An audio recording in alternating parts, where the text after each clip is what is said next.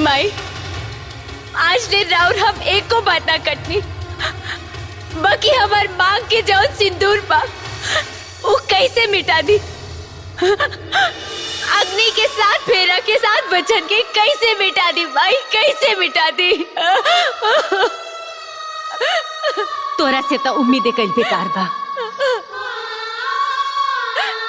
चल बेटी। ना माँ, जवन रिश्ता की तो तोरे के बात करे तारू उ तो अब 7 जन्म खातिर जुड़ गई बा।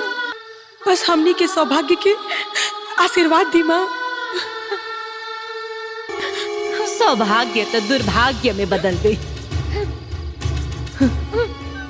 जब मरे के चाहता रुसा तो जा समरसा।